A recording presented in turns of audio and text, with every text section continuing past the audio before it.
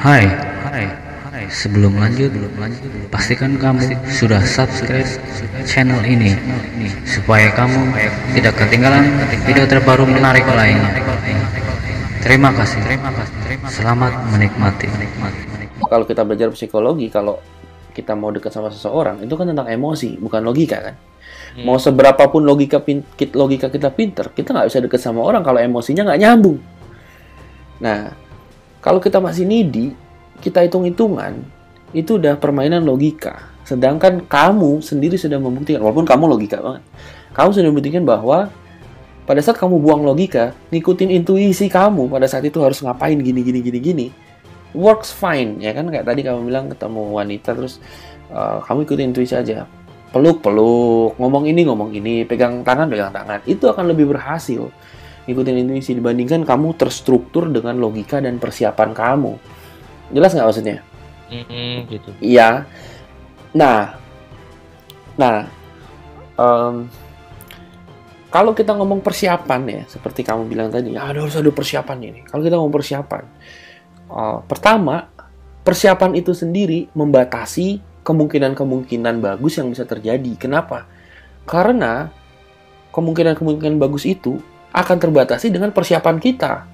Kalau misalnya kita nggak ada persiapan, kita bisa ngomong 1000, sejuta kalimat, apapun possible, gitu kan. Tapi kalau kita mempersiapkan diri, kita akan terbatasi. Misalnya kita persiapannya cuma 4 kalimat, ya udah 4 kalimat itu aja, kita terbatasi dengan 4 kalimat itu. Kita nggak bisa keluar dari konteks 4 kalimat itu. Itu yang menyebabkan disfungsi. Jelas nggak maksudnya? Ya, jelas ya. Nah,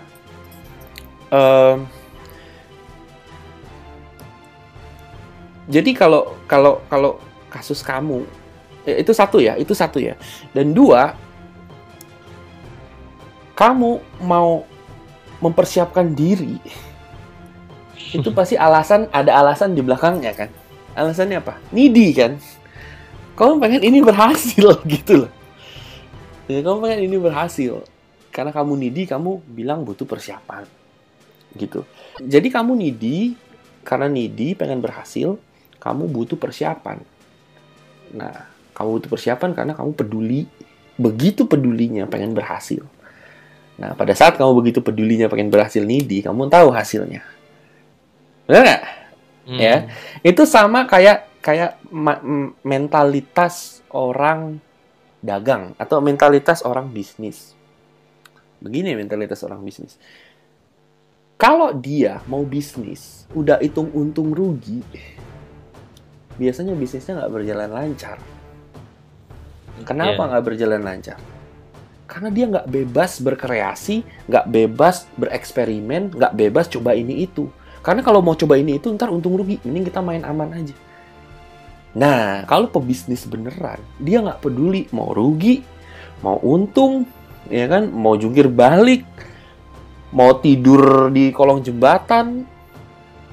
Yang penting dia eksperimental, dia bereksperimen, dia cari cara bagaimanapun caranya supaya bisnisnya jalan.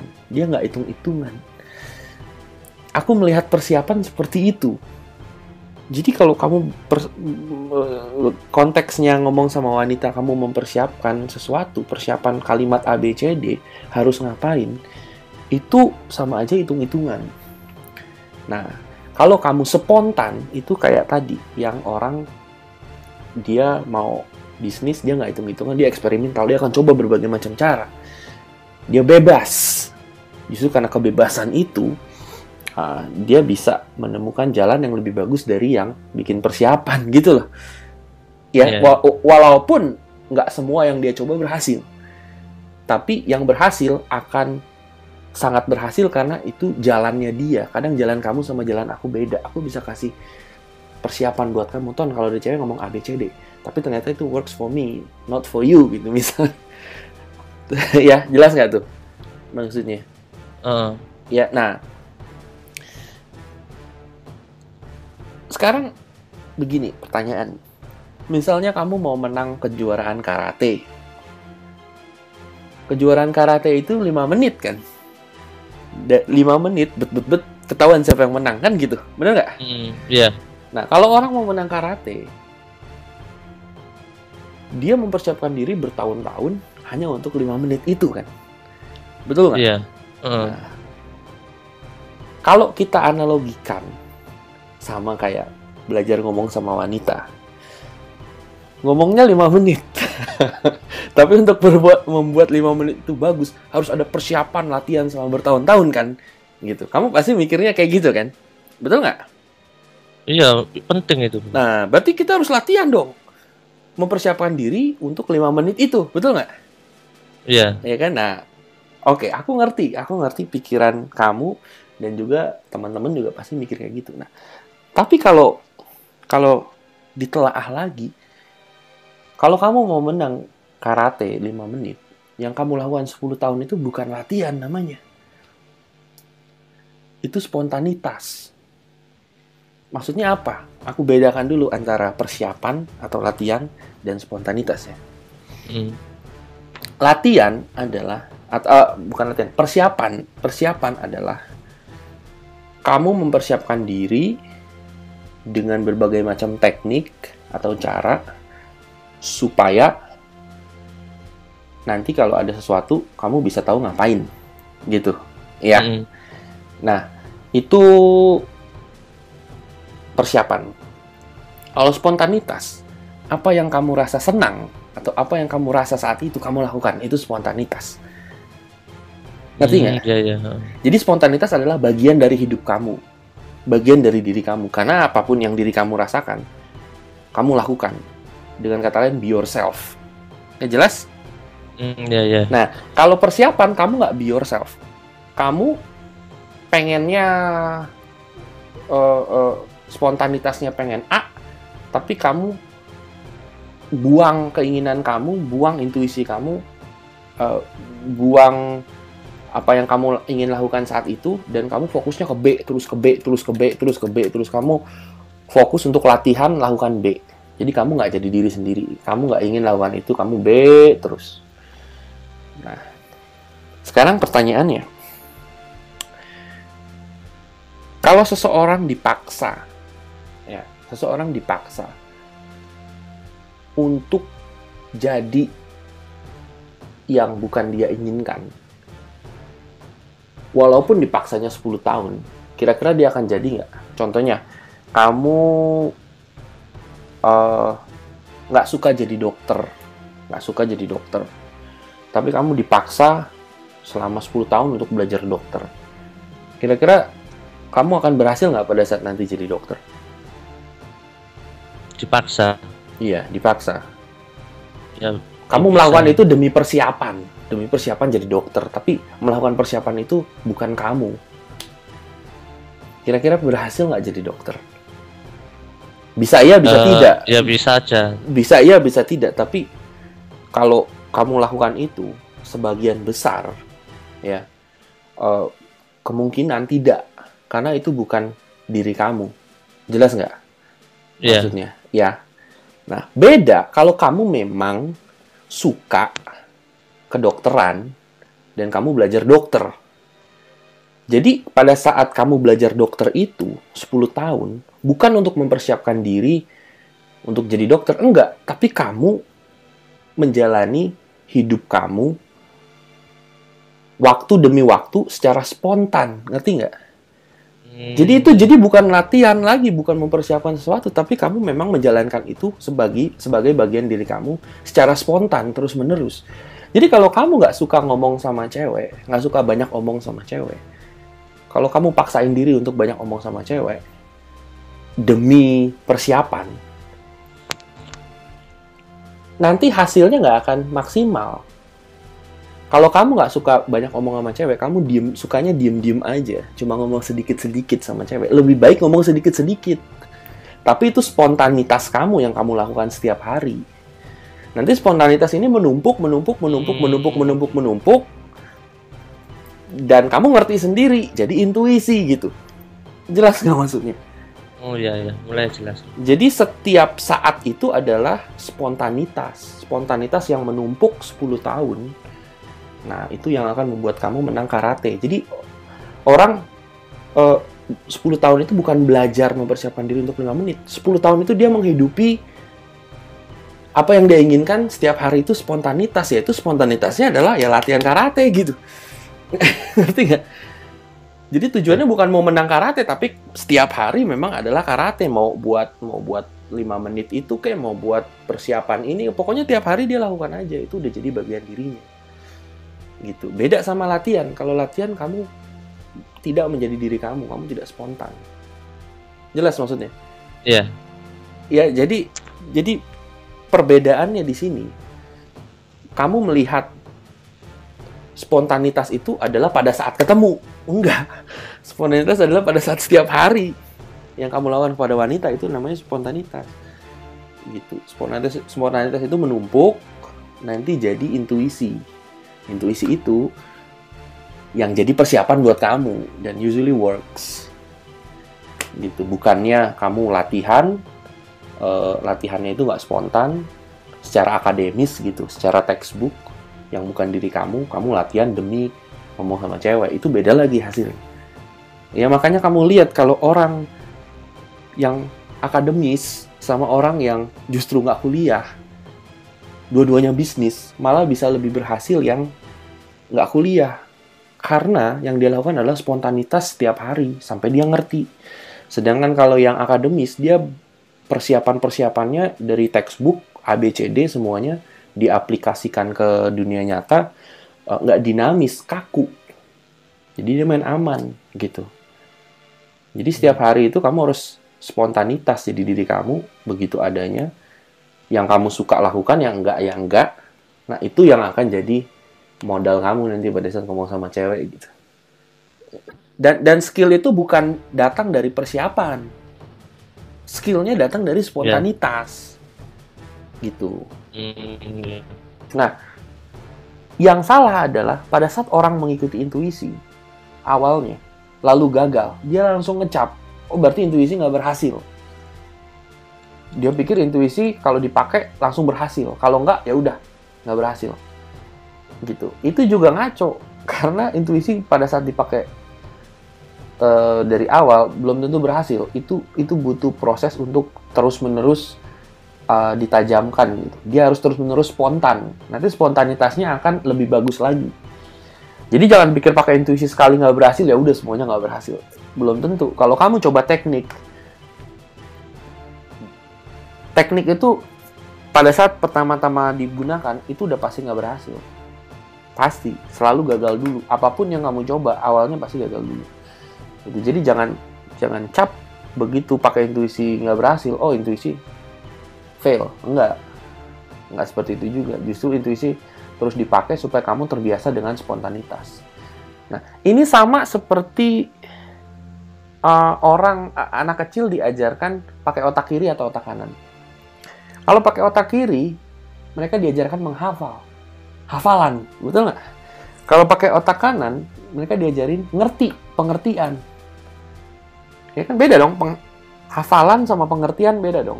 Kalau hafalan, dia menghafal. Begitu ada hal-hal yang dia nggak tahu, dia nggak hafal, atau dia nggak ngerti, dia lihat hafalannya nggak ada, dia bingung mau ngapain, kan gitu.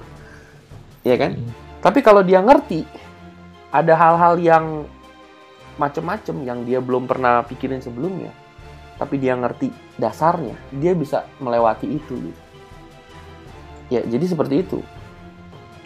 Orang yang menggunakan intuisinya dan dia nggak peduli hasil, dia cuma percaya prosesnya, itu bisa langsung lompat ke level 3. Nah, tapi yang sulit adalah orang yang logikanya ini jalan. Logika ini kan selalu nyari kepastian tuh, konsistensi. Kalau nggak pasti dan konsisten, itu disebut gagal kan sama logika, benar nggak?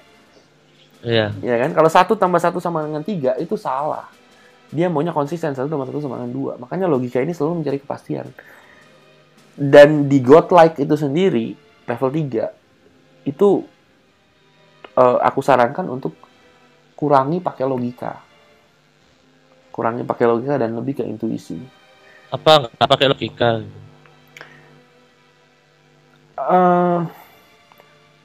Aku rasa Kan logika kan penting juga. betul, aku rasa logika itu penting untuk menjelaskan. Fungsi logika yang paling penting menurut aku adalah untuk menjelaskan sesuatu. Tapi kalau untuk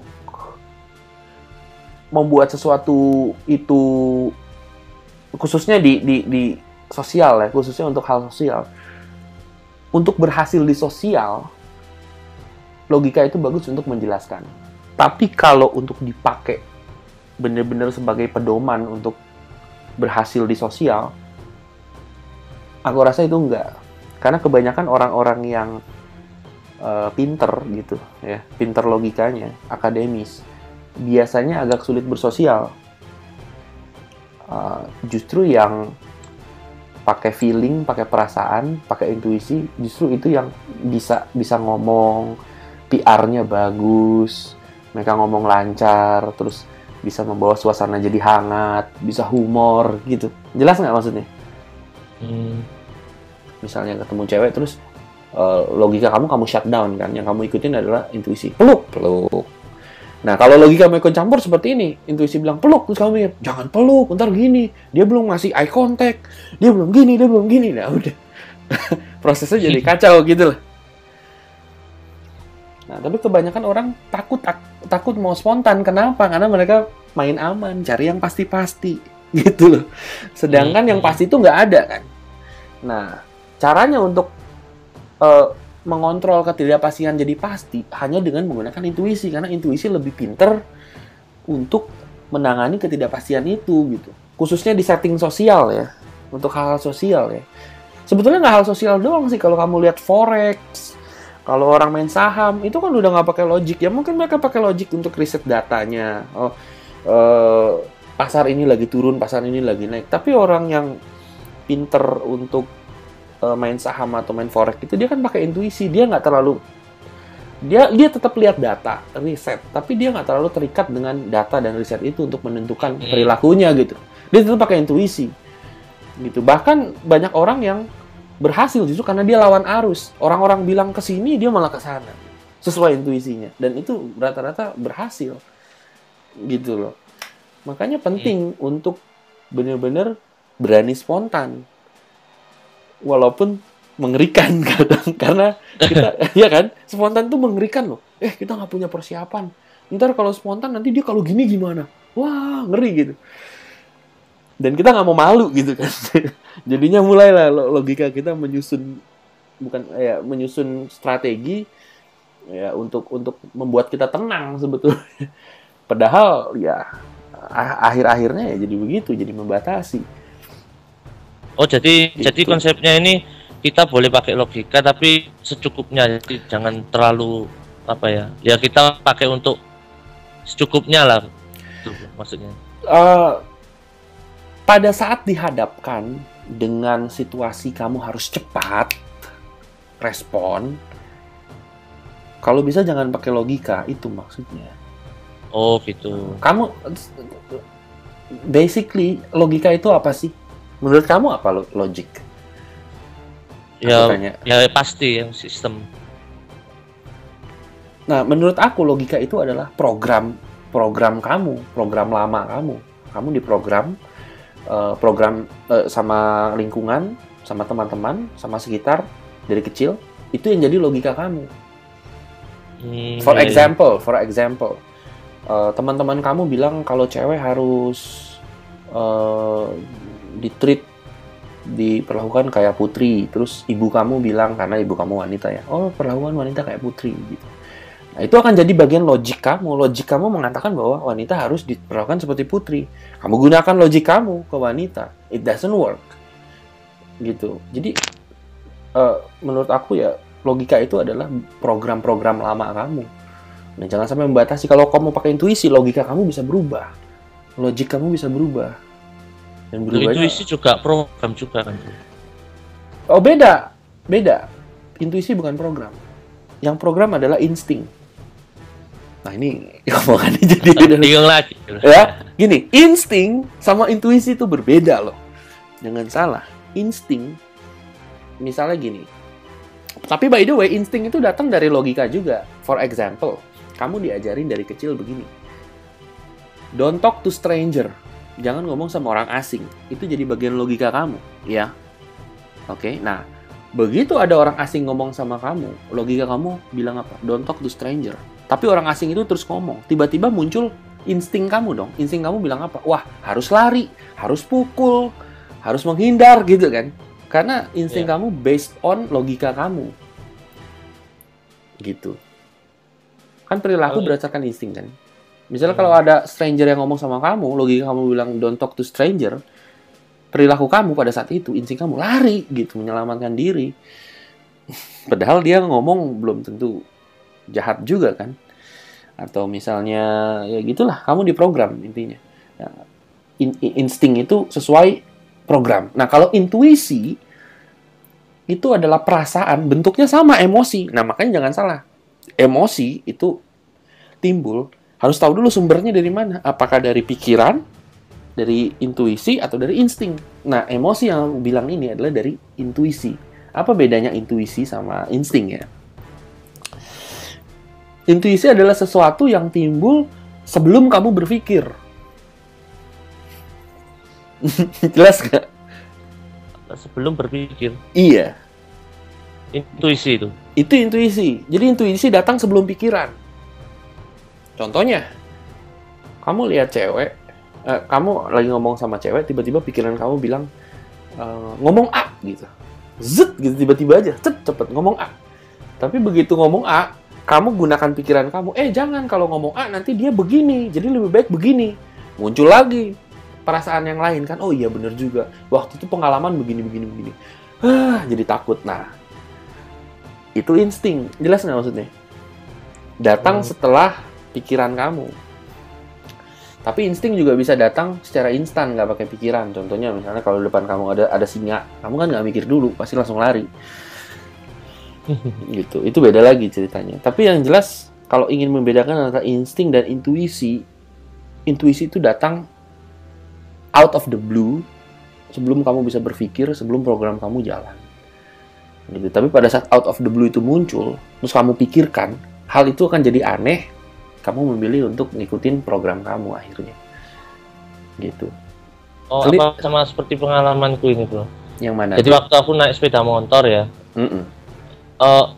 Di depan aku itu nggak ada apa-apa, Bro. Nggak ada apa-apa pokoknya. Tapi tiba-tiba nggak enak ya perasaanku. Kayak serasa aku nggak boleh lewat sana dengan cepat gitu loh. Ya otomatis akhirnya instingku ngikuti intuisi itu. Akhirnya kecepatannya saya lambatin. Akhirnya benar ada orang tiba-tiba buka pintu mobil. Lalu mendadak. Ya untung aja aku ngikuti intuisi atau insting otomatis melankan kendaraan, jadi nggak sampai nggak ketobrak, nggak sampai ketabrak gitu. Nah itu maksudnya. Itu intuisi ya. Iya. Nah satu hal lagi ya. Intuisi itu, kalau kamu pelajari fisika kuantum atau kamu pelajari budaya spiritual timur, intuisi itu datangnya dari mana kan gitu? Datangnya dari, aku bisa bilang bahasa Inggrisnya higher self ya. Datangnya dari, let's say kita sebut aja malaikat pelindung kamu lah. Bilang aja kayak gitu. Kalau bahasa Inggrisnya sih higher self. Sebetulnya kamu tuh ada 3 bagian. Kamu yang di atas sana, kamu yang di dunia, sama kamu yang gitu-gitulah. Intinya intuisi itu datang dari tanda kutip malaikat pelindung kamu. Gampangnya, simpelnya begitulah. Soalnya kalau aku jelasin panjang. Jadi kamu punya malaikat pelindung, dia itu tempatnya itu di luar dimensi ruang dan waktu. Jadi dia bisa melihat ke depan. Makanya intuisi dikirim sama kamu sebelum hal itu kejadian kan. Kamu seperti tahu harus apa. Nah, kamu ikutin intuisi, tiba-tiba kejadian yang bisa bikin kamu celaka itu kamu lihat dan kamu terhindar. Jadi intuisi itu bisa melihat ke masa depan dan dia mengirimkan informasi ke masa lalu, masa sekarang ini. Makanya kalau kamu intuisinya terasah, kamu bisa tahu aja nih cewek bakal ngapain setelah ini, abis ini dia bakal ngomong ini, kamu bisa prediksi jalannya kemana, kira-kira kita cocok apa enggak gitu. Makanya penting banget untuk mengasah intuisi. Caranya mengasah intuisi adalah dengan melatih spontanitas. Tapi ingat sekali lagi, melatih spontanitas nggak langsung berhasil. Tapi kalau sudah terasa spontanitasnya, intuisinya tajam, kita kayak bisa meramal gitu. Dan itu keren sih. Kita nggak bisa tahu harus berbuat apa, terus abis ini mau ngapain gitu. Makanya penting untuk mengasah intuisi. Gitu. Gimana, jelas nggak? Iya, jelas. Dan aku tahu sih rasa takut untuk mengikuti intuisi, aku tahu karena intuisi itu nggak masuk akal kadang gitu. Iya betul. Terus intuisi itu bisa bikin kita dibilang gila kalau kita omongin ke orang. Yang bikin takut orang mengikuti intuisi itu karena kita harus membuang semua teknik, membuang semua persiapan yang kita siapin. Dan rela spontan, itu ngeri. Dan ya kan, dan itu penting juga sih. Tapi kalau kita mau nekat gitu, mau naik level, harus ada pengorbanan kan. Pengorbanannya ya malu-malu dulu untuk spontan dan buang semua teknik, jadi natural gitu.